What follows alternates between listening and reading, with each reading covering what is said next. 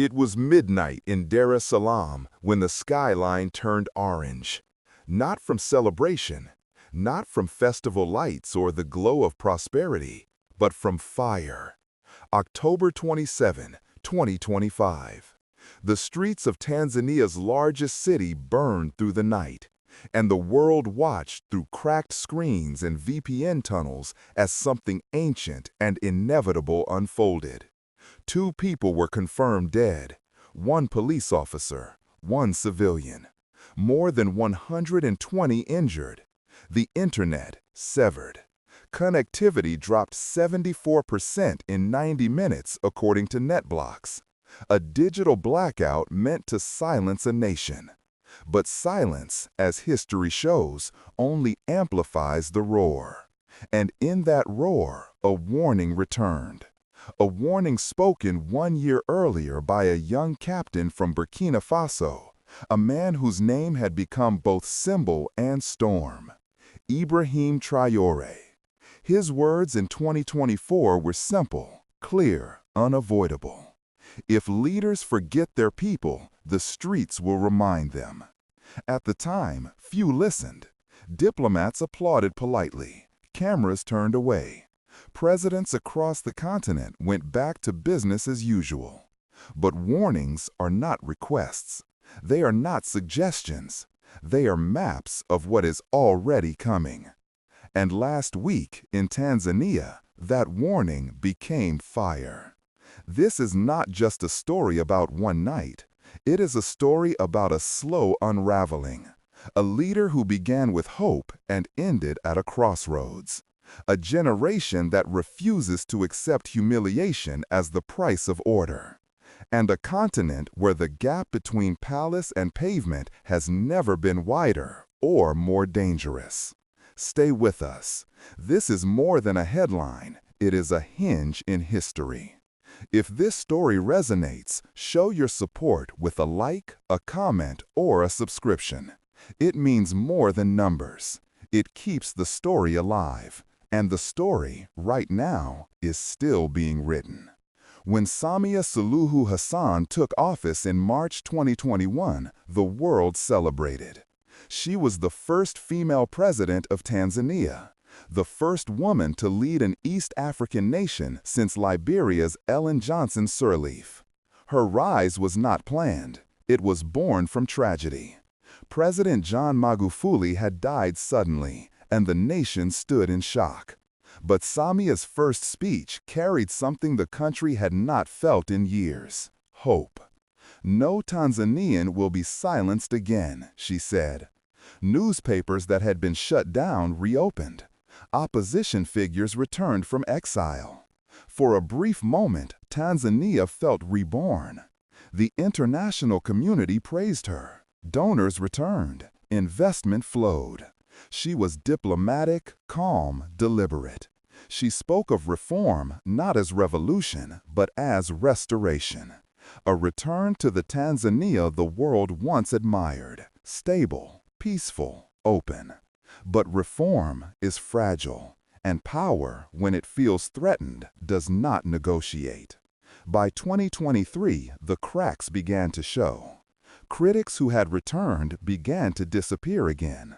Not in the dramatic way of coups or midnight arrests, but in the quiet suffocation of bureaucracy. Meetings were canceled, permits were denied. New security laws blurred the line between dissent and disorder. The word reform was still spoken, but it had lost its weight. It had become decoration. And then came the election, 2025. The opposition party, Chadema, looked at the process and called it pre-written. They announced a boycott. They said the game was rigged before the first vote was cast. The ruling party, CCM, dismissed the claim. They pushed forward. And when the results came, they announced what they had announced 6 times before: victory. Their 7th consecutive win since independence. Overwhelming. Unquestionable, undeniable. But this time, the streets did not believe it. According to Afrobarometer's 2025 survey, 68% of African youth no longer trust national elections. Most believe real change will come from outside traditional institutions. That outside today is not foreign governments or international observers. It is the internet. It is social media. It is the ability to see in real time what their governments want hidden. And in Tanzania, that ability was about to be tested. October 27 began like any other day. Vendors set up along Uhuru Street. Taxis honked through morning traffic. Students walked to class. But by noon, the first chants began. Small groups at first, then hundreds, then thousands. They carried homemade flags. They wore no uniforms. They were teachers, drivers, nurses, students. They chanted in Swahili, Tunataka haki, sio hofu. We want justice, not fear. The government's response was immediate. Tear gas filled the air. Police moved in formation. And then something unprecedented happened. The army refused to move. A senior officer, speaking anonymously to DW Africa, said this: "We received the order to deploy, but we waited. Not every command deserves a bullet." That single act of hesitation changed everything. For decades, African governments have relied on their armies to enforce control. In Cameroon, Paul Biya has survived 42 years that way. In Sudan, the refusal to listen turned protests into war. But in Tanzania, on October 27, soldiers stayed in their barracks. They knew, perhaps better than their commanders, that violence would only feed the storm. By evening, police stations were torched, buses burned. The government imposed a 6 p.m. curfew. And then, at exactly 8:14 p.m., the internet went dark. 74% of the country lost connectivity in 90 minutes. It was one of the fastest and most complete digital shutdowns in African history. But the blackout did not bring silence. It brought fury. VPN traffic surged over 400%, according to digital rights groups. Clips of burning streets and defiant students spread across Telegram and X. One of those clips showed a young woman named Nima, 22 years old. She stood in front of a line of riot police, unarmed, and spoke directly into a phone camera. Her voice was steady. Her words were simple. "We are not afraid anymore." 2 million views in a single day. That is how revolutions sound now, not through gunfire, but through Wi-Fi. Let us take a moment here, not to rush forward, but to give thanks. Write a comment with a simple thank you to the spirit of sovereignty, to Burkina Faso, to every African who refuses to be silenced, to the youth who stand unarmed before power and say, "We are not afraid." Gratitude is not a formality. It is recognition. It is dignity expressed in words. When you add your voice of thanks, you are not just engaging with a video. You are standing in solidarity with a story of freedom and pride. So, before we continue, take this pause to comment your thank you. Together, those words become a beacon that shines far beyond the screen. The night of October 27 will be remembered not for what happened, but for what did not. There was no massacre, no military crackdown, no tanks rolling through Uhuru Street.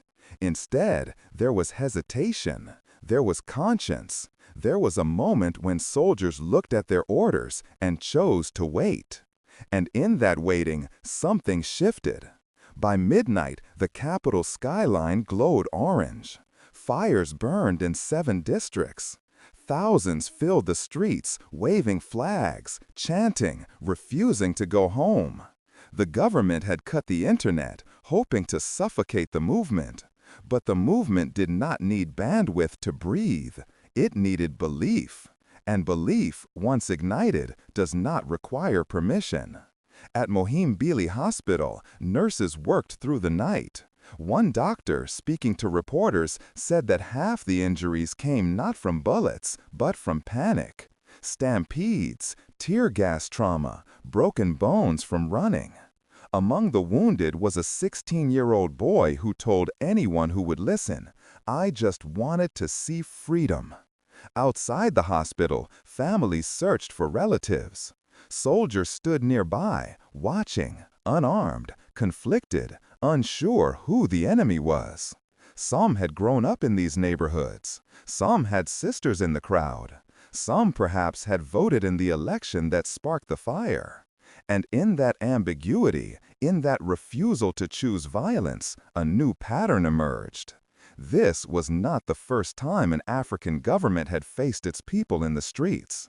From Ouagadougou to Bamako, from Niamey to N'Djamena, the script had been written before. Governments that silence their citizens end up facing them. Leaders who mistake order for obedience discover too late that obedience is not loyalty. It is only fear waiting to break. Ibrahim Traoré had warned of this. In 2024, during a speech at a youth summit in Ouagadougou, he spoke about sovereignty not as a slogan, but as a practice. He said that independence is not built, it is earned. That dignity is not given, it is claimed. And that the day Africans lose their fear of their own governments, everything changes. Tanzania, on October 27, lost its fear. Across Africa, the reaction was instant.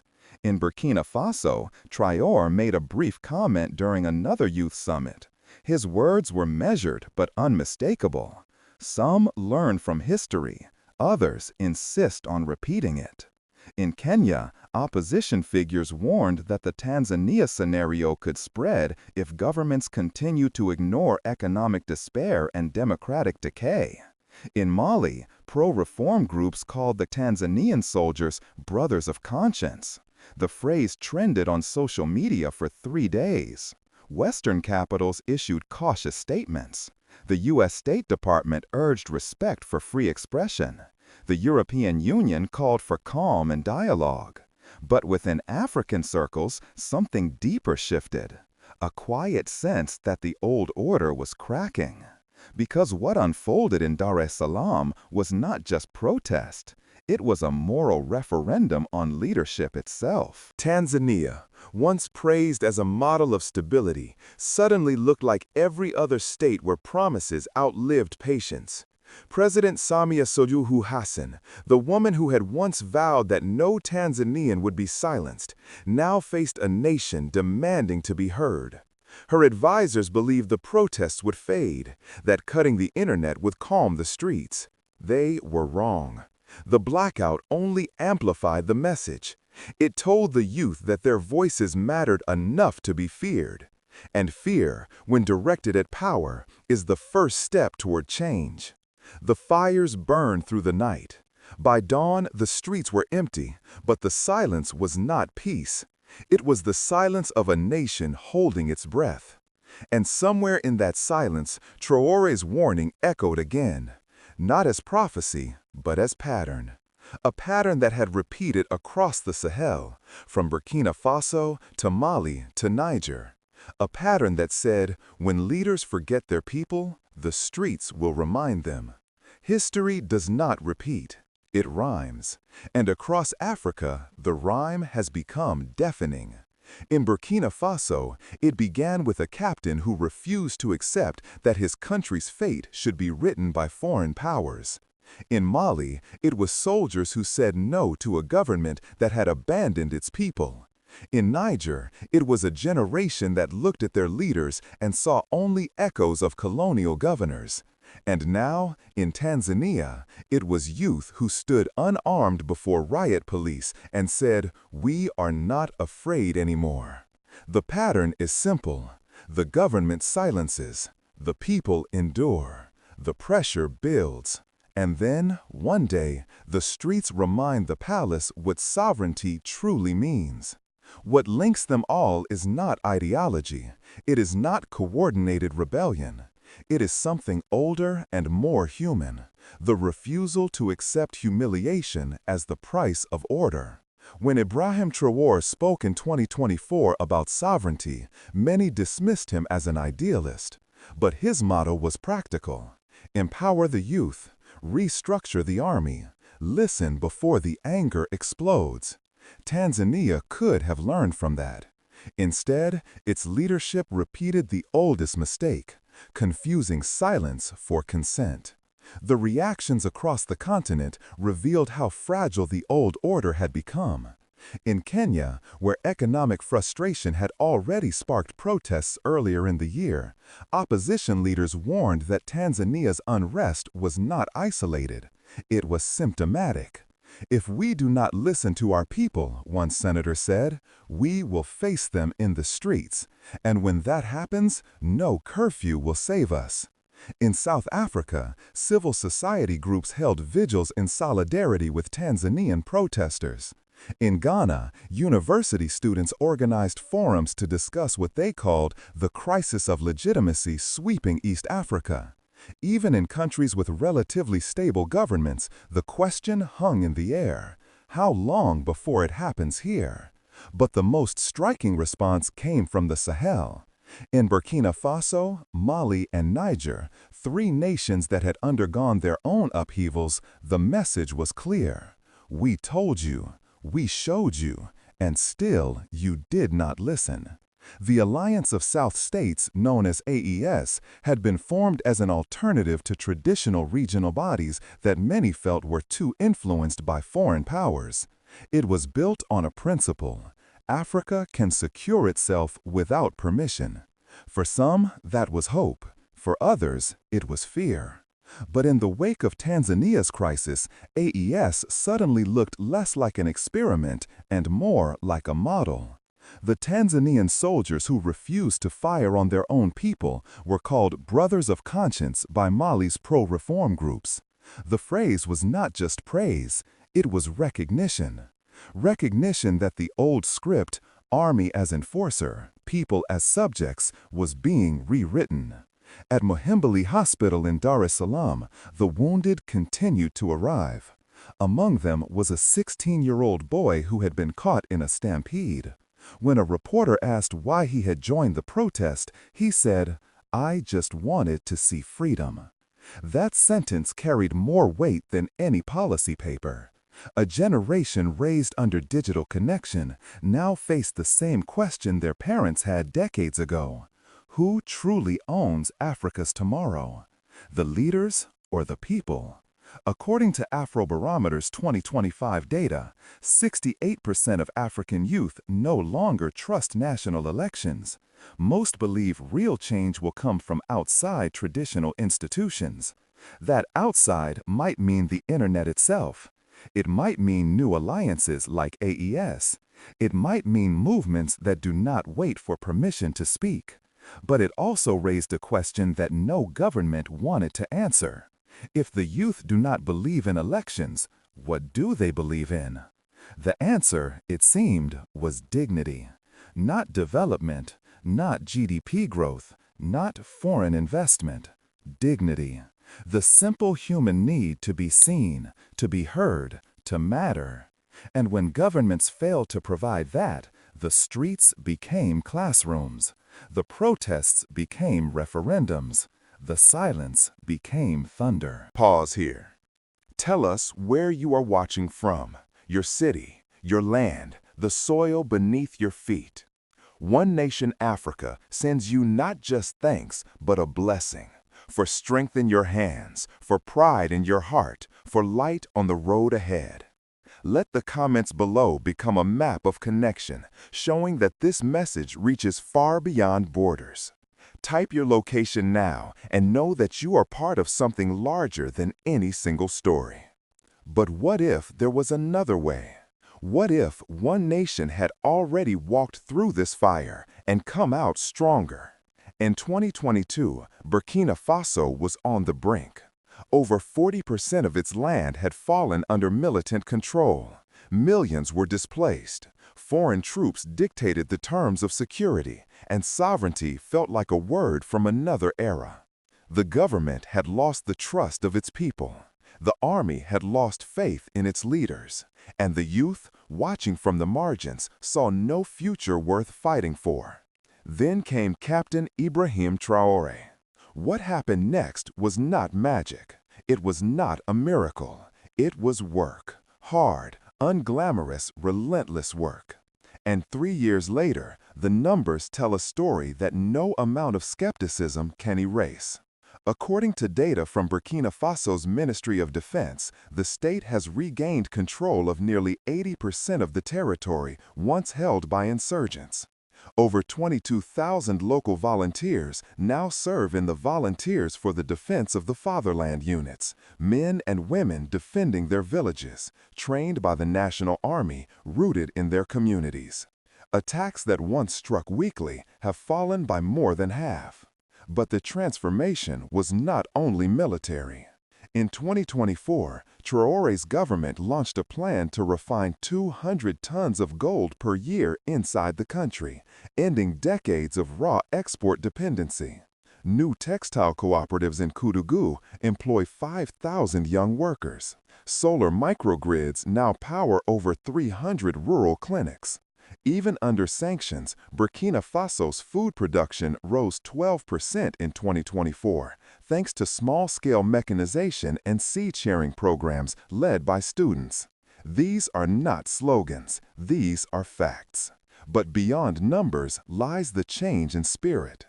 For the first time in decades, Burkina Faso's youth speak of sovereignty not as a slogan, but as a practice. Universities host civic forums where students debate policy with soldiers and ministers in the same room. The phrase "Faso first," once mocked by outsiders, has become a daily reminder that dignity is the first resource a nation must protect. International observers, once skeptical, now acknowledge a new social contract forming in Ouagadougou. A partnership between leadership and citizens based on shared sacrifice and transparency. It is not perfect, it is not without controversy, but it is real. And for countries like Tanzania, this stands as proof. Reform is not fantasy. Sovereignty is not isolation. It is accountability. In Burkina Faso, under Ibrahim Traoré's leadership, the youth were not silenced, they were invited to the table. The army was not used to enforce obedience, it was restructured to defend the nation. And the people, for the first time in a generation, believed that their government was listening. That belief, more than any policy, changed everything. Tanzania now stands at a crossroads. The fires have been extinguished. The curfew remains. The internet, partially restored, flickers back to life. But the question lingers, what comes next? President Samia Suluhu Hassan faces a decision that will define not only her legacy, but her nation's future. She can choose dialogue, reform, and humility.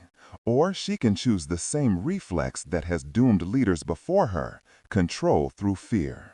The stakes are enormous. Tanzania is not just any African nation. It is a bridge between East and West, between the Sahel and the Indian Ocean, between tradition and modernity.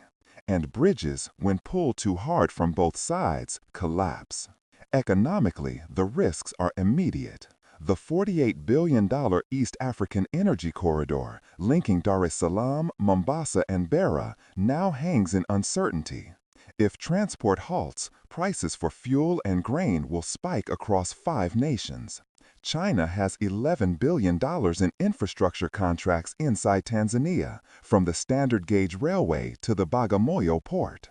Those deals, built on stability, now rest on fragile ground.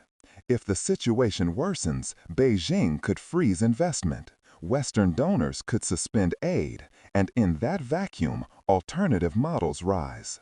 The alliance of Sahel states, Burkina Faso, Mali, Niger, may become more than a regional bloc. It may become a symbol that Africa can secure itself, govern itself, rebuild itself, without waiting for permission. For some, that is hope. For others, it is fear. But fear of what? Fear of independence? Fear of accountability? Fear that the old order, built on dependency and obedience, might finally give way to something new? Look north, and you see the cycle repeating. Cameroon, under Paul Biya, locked in conflict for 42 years. Sudan, shattered by rival generals who refused to listen. But look west to Burkina Faso, and you see a different story. A story of youth empowered, of armies restructured, of sovereignty claimed rather than gifted. The lesson Ibrahim Traoré offered was simple. Listen before commanding. Empower before enforcing. Build dignity before demanding loyalty. Tanzania still has time to choose that path. But time, in Africa today, moves faster than it ever has before. The continent's median age is 19. The average president is 63. That gap is more than generational. It is philosophical. One side dreams in possibility. The other governs in memory. And memory, no matter how glorious, cannot feed the future. There is a proverb that echoes through African wisdom. He who refuses to hear the drum must dance to the thunder. President Samia still has a choice before the thunder arrives. The proverb is not a threat. It is a mirror. And what Tanzania sees in that mirror is a reflection shared by nations across the continent. A reflection of choices delayed, warnings ignored, and promises broken. But it is also a reflection of possibility. Because for every story of collapse, there is a counter-narrative. For every leader who chose fear, there is another who chose faith in their people. The question is not whether change will come. Change is already here. The question is whether it will come through dialogue or through fire. President Samia's first speech in 2021 promised that no Tanzanian would be silenced again. That promise, made in a moment of grief and hope, now demands fulfillment. The streets of Dar es Salaam have spoken. The youth have spoken. Even the soldiers in their silence have spoken. And what they all said was the same thing. We are not your subjects. We are your citizens. There is a difference. Subjects obey. Citizens participate.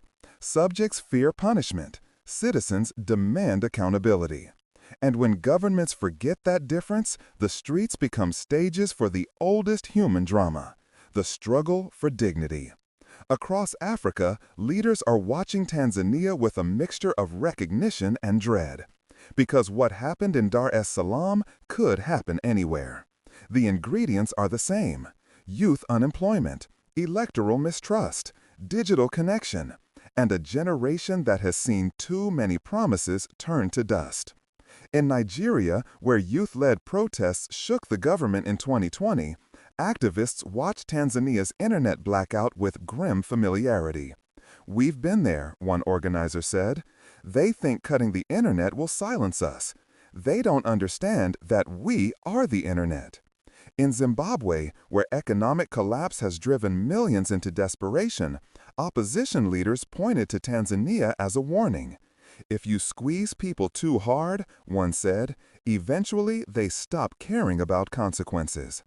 In Ethiopia, still recovering from years of conflict, civil society groups held panel discussions on what they called the Tanzania moment. The conclusion was unanimous.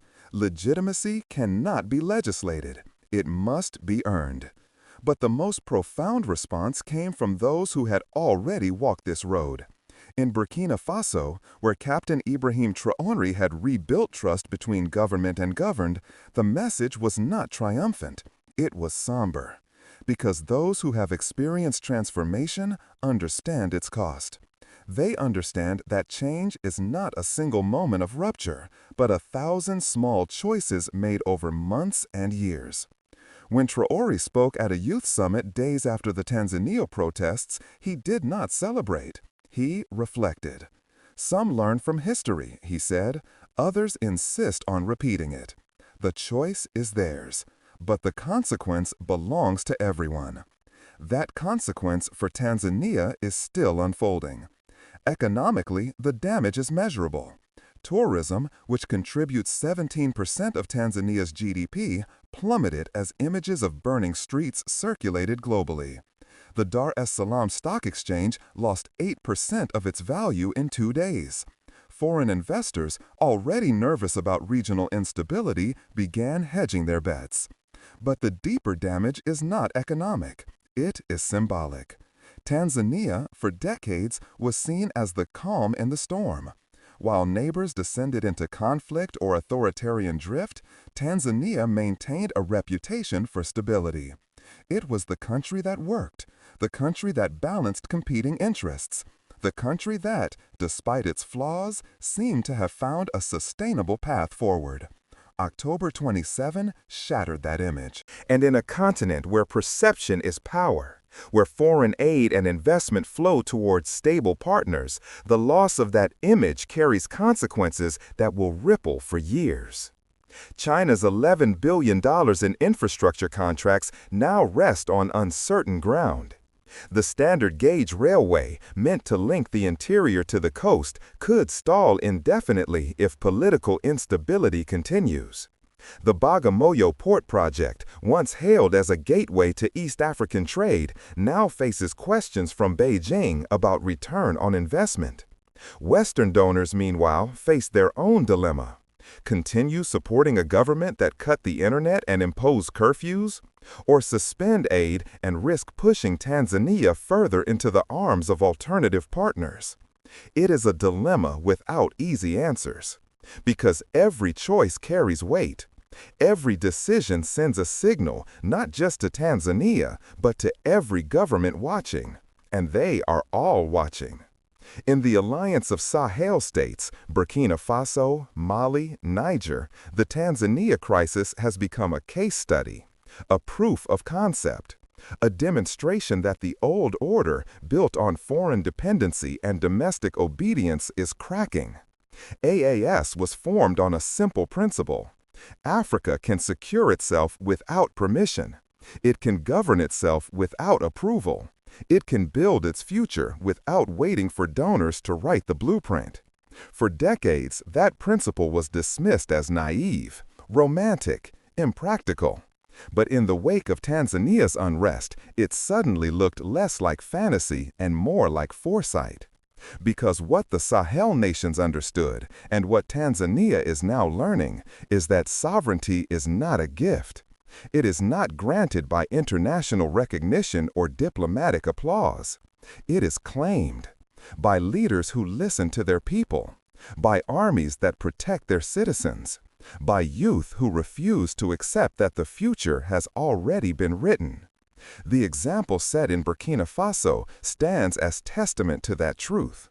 In 3 years, Burkina Faso went from a nation on the brink to a nation reclaiming its destiny. Not through foreign intervention, not through donor conferences or structural adjustment programs, but through the hard, unglamorous work of listening, restructuring, and rebuilding trust. 80% of territory regained, 22,000 local volunteers defending their communities, food production up 12% despite sanctions, 200 tons of gold refined domestically, ending decades of exploitation. These are not abstract victories. They are concrete proof that another way is possible. And for Tanzania, standing at its crossroads, that proof is both inspiration and challenge. Inspiration because it shows that reform is not fantasy, that sovereignty is not isolation, that dignity can be the foundation of governance. Challenge because it demands a level of courage and humility that few leaders possess. The courage to admit mistakes, the humility to listen to those you once silenced, the vision to see that your legacy will not be measured by elections won, but by trust earned. President Samia Suluhu Hassan, the woman who promised that no Tanzanian would be silenced, now faces the defining test of her leadership. Will she listen? There is a photograph circulating online. It shows a young woman, 22 years old, standing in front of a line of riot police in Dar es Salaam. Her name is Neema. She is unarmed. Her hands are raised, not in surrender, but in defiance. And in one of those hands is a phone recording everything. The photo has been shared 2 million times. Not because it is dramatic, not because it is violent, but because it captures something that words struggle to express. A generation that refuses to accept humiliation as the price of peace. Nima is not a politician. She is not an activist with years of organizing experience. She is a university student studying economics. She went to the protests, she later said, because she wanted to see if the promises she had heard all her life were real. And when she saw the police, when she saw the tear gas, when she felt the fear, she made a choice. She stood. That choice, repeated by thousands of others on October 27, is what changed Tanzania. Not the fires, not the curfew, not the internet blackout, but the simple, profound decision to say, we are not afraid anymore. It is a decision echoed across Africa, from Ouagadougou to Nairobi, from Lagos to Harare. A generation connected not by borders, but by a shared question. Why must leadership always come at the cost of listening? The answer, for too long, has been, because that is how power works. But power, as Tanzania discovered, is not a fixed quantity. It flows, it shifts, and when it loses legitimacy, it collapses faster than anyone expects. The continent's median age is 19. The average president is 63. That 44-year gap is more than a number. It is a chasm, a philosophical divide between those who dream in possibility and those who govern in memory. Memory has its place. It teaches, it warns, it reminds us of sacrifices made and battles won. But memory alone cannot feed the future. It cannot employ the youth. It cannot build the infrastructure.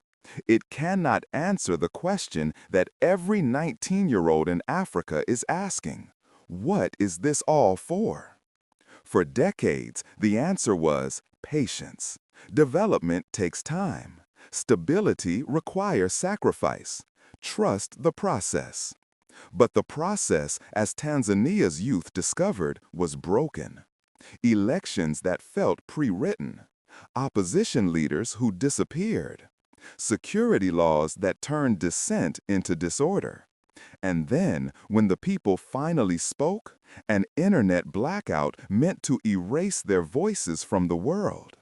That blackout, more than anything, revealed the gap between palace and pavement. Because those who ordered the shutdown believed that silence would bring calm. They believed that if the world could not see the protests would fade. They did not understand that the protests were never about the world. They were about Tanzania, about dignity, about the simple human need to be heard. And when you tell a generation raised on digital annexion that their voices do not matter, you do not silence them.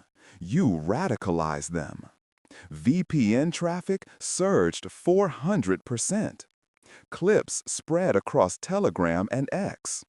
Nima's video, recorded on a phone held steady in a shaking hand, became a symbol. Not of violence, not of chaos, but of courage. That courage, multiplied across thousands, is what the streets of Dar es Salaam carried that night. And somewhere in those streets, Ibrahim Traoré's warning came alive again. Not as prophecy, but as pattern. A pattern that says, when leaders forget their people, the streets will remind them. A pattern that says, sovereignty is not isolation, it is accountability. A pattern that says, the day Africans lose their fear of their own governments, everything changes. Tanzania lost its fear on October 27. The question now is, what will it gain? Before we close, let us pause. What you have just heard is not simply an episode of history. It is a reminder that sovereignty, dignity, and hope are still alive, still being claimed, still waiting to be honored. This is not a story that ends with a curfew or an internet blackout. This is a story that continues every time someone chooses to stand, to speak, to refuse the silence. If this message has moved you, then subscribe to One Nation Africa. Not because we ask for numbers, but because we are building something larger than a channel. We are building a space where voices of independence are honored, where stories of pride and transformation are told without apology, where the next generation of African leaders, thinkers, and dreamers can see themselves reflected not as subjects, but as citizens of a continent reclaiming its destiny. By subscribing, you are not just supporting us. You are choosing to walk with us into the next chapter of Africa's unfolding story, a chapter that is still being written, a chapter where Tanzania's choice, Burkina Faso's transformation, and the courage of every young African who refuses to be silenced will shape what comes next. This is not the end of the road. It is a seed planted in the soil of your heart. Every story of dignity, every voice of sovereignty is part of a harvest that lies ahead. Let this channel be the road we walk together, the light we carry forward. Your subscription is not for us alone. It is for the promise of what is still to come. Join us. Stand ready. Because the next video will not just continue the story. It may reshape how you see the continent, how you see leadership, how you see the power that lies not in palaces, but in people. Do not let this moment pass into silence. Subscribe now and be ready for the chapter that comes after this one. Because as Ibrahim Traoré once said, when truth is delayed, it does not die. It only gathers strength. And that strength, right now, is gathering across Africa. Tonight, the streets of Dar es Salaam are quiet. Shops are closed. The hum of generators fills the air where the internet once flowed freely. The Indian Ocean rolls against the shore, indifferent to the fires that burned inland, indifferent to the choices that now define a nation. But everyone knows this calm is temporary. President Samia Suluhu Hassan sits in a room where decisions are made. Around her are advisors, generals, ministers. Some urge strength. Some urge caution. Some, perhaps, urge listening. And in that room, the future of Tanzania hangs in balance. She can choose dialogue. She can choose reform. She can choose the humility to admit that the promises she made in 2021 were not mistakes, but responsibilities still unfulfilled. Or she can choose the reflex that has doomed leaders before her: control through fear, silence through force, order through obedience. In Cameroon, Paul Biya chose that path. 42 years later, his nation remains locked in conflict, paralyzed by a leader who refused to hear the drum and now dances endlessly to the thunder. In Sudan, rival generals chose that path. Today, their nation is shattered, torn apart by men who valued power over people, control over conscience. Tanzania still has time to choose differently. And if President Samia listens now, truly listens, she might find that her people are not enemies. They are citizens. Citizens who want what every human being wants: to be seen, to be heard, to matter. Across Africa, this moment is larger than one flag. From Dar es Salaam to Nairobi, from Ouagadougou to Lagos, young Africans are connected by the same question: Why must leadership always come at the cost of listening? The continent's median age is 19, yet its average president is 63. That gap is more than generational, it is philosophical. One side dreams in possibility, the other governs in memory. And memory, no matter how glorious, cannot employ the youth, cannot build the future, cannot answer the hunger for dignity that burns in every 19-year-old heart. As Ibrahim Traoré once said, sovereignty is not isolation, it is accountability. Accountability to the people who till the soil, who walk the streets, who carry the future in their calloused hands. And that is the lesson Tanzania's crisis now teaches, a warning written in smoke and silence, a warning that echoes from Burkina Faso to every capital on the continent. When leaders forget their people, the streets will remind them. While Tanzania trembles in uncertainty, there is one nation that has walked through the same fire and come out stronger: Burkina Faso. When Captain Ibrahim Traoré took power in 2022, the country was on the brink. Over 40% of its land had fallen under militant control. Millions were displaced. Foreign tropes dictated the terms of security. 3 years later, the numbers tell a different story. 80% of territory regained, 22,000 local volunteers defending their villages, attacks down by more than half, 200 tons of gold refined domestically, 5,000 young workers employed in textile cooperatives, 300 rural clinics powered by solar, food production up 12% even under sanctions. But beyond numbers lies the change in spirit. For the first time in decades, Burkina Faso's youth speak of sovereignty not as a slogan, but as a practice. Universities host civic forums where students debate policy with soldiers and ministers in the same room. The phrase "Faso first," once mocked, has become a daily reminder that dignity is the first resource a nation must protect. International observers, once skeptical, now acknowledge a new social contract forming in Ouagadougou, a partnership between leadership and citizens based on shared sacrifice and transparency. The example set in Burkina Faso stands as proof that reform is not fantasy, that when a leader listens before commanding, the nation responds not with fear, but with faith. And faith in Africa today may be the rarest and most powerful currency of all. When the curfew lifts, when the internet returns, Tanzanians will wake to a changed nation.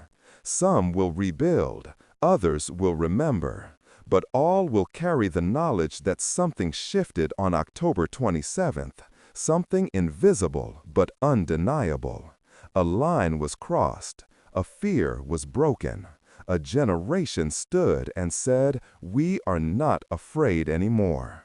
And across Africa, leaders are watching, wondering if they too ignored the same warning, wondering if the calm they mistake for consent is actually silence waiting to break. There is a proverb that runs through African wisdom, passed down from elders who understood that power without accountability is merely the countdown to collapse.